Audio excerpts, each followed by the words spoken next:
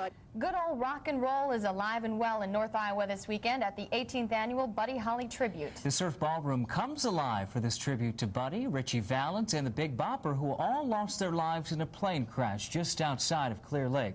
Now, joining us live from the surf is our Aaron Connors. Aaron, what's going on down there?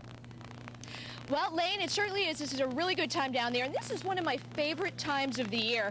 But I'm definitely not the only one having a really good time down here. There's a group that traveled a long way to be here, and they're taking advantage every moment, and I think you'll agree that these people are true Buddy Holly fans. There's a bit of a British invasion hitting North Iowa this weekend. Members of the British Buddy Holly Society and just plain old Buddy fans traveled thousands of miles for this tribute. Here. Well, for Buddy Holly, for the atmosphere, for the friendly welcome you get, like we're getting here today. Oh, my love, I'm Mikey saying you don't know what you've been missing, oh boy. Oh boy. When you're a me, oh boy. Oh. 10-year-old Alistair Kelly has been a fan since he first heard his dad play a Buddy Holly song 5 years ago. So I asked him what happened tonight, and he told me how he died. So then I said, can you hear it? And then he played it, and I was hooked with it. Some of these fans make the trip year after year. They say the warm welcome they get from North Iowans keeps them coming back. I've been down to Texas, and the welcome there is not the same. The people up here seem to be fantastic. We find them a very, very friendly crowd of people. We love coming here. We've never seen the lake yet because it's always covered in snow, and one day we're threatened to come back in the summer. This is the fourth trip for musician David Williams. Williams played on gigs with the Beatles in the early 60s. He talks about the rumor that the Beatles actually came up with their name from the Crickets. I reckon they tried to think of something similar to the Crickets. That's as the story goes. Ended up calling themselves the Beatles.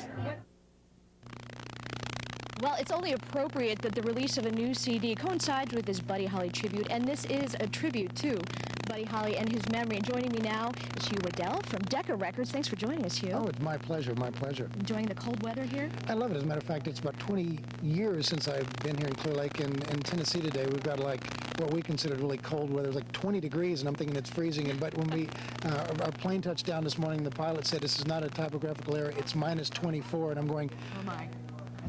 It is cold. Now tell us a little bit about this CD.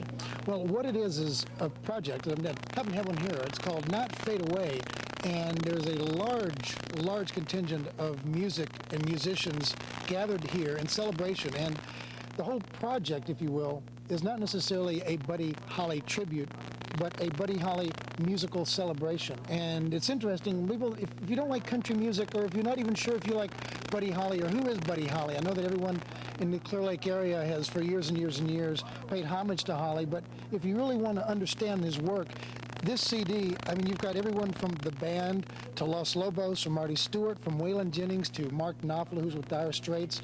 Nick Lowe produced the Mavericks. There's a lot of music on here.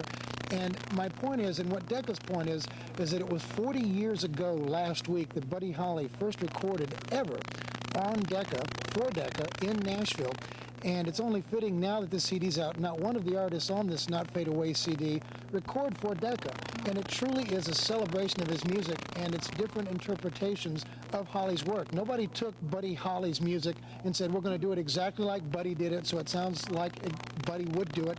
But they took his music and did the interpretations the way they felt Buddy would want and the way that Buddy would want to have it. And what's interesting about it is that all of it has been recorded video-wise for the Nashville Network, and the Nashville Network have a special that's airing on Monday and on Tuesday called Not Fade Away, a two-part special that will document this album and the making of this album. So it's incredible. It really is incredible work, and it's great to be here in Clear Lake tonight. Well, Hugh Waddell, thank you so much for joining us. We're really glad that you could be here with us. It's my pleasure. But before we go, I think it's only fitting that we get into the Buddy Holly mood here at Buddy Holly celebration in Clear Lake. And remember, Buddy Holly's music will not fade away. Never, never fade away. And sorry if you wanted tickets, too late. It is all sold out, but stay with us. We're going to have a lot of coverage for you. Back to you, Lane and Jules. All right. Thank you, Aaron. We love the glasses. Great job down there. There's my favorite one. It says, Bill, people apparently are going to Walmart and are buying things at reduced rates. We don't know how long this trend's going to continue, but apparently these people at Walmart are content with squeezing cans of soup to see if they're fresh. Back to you, Bill.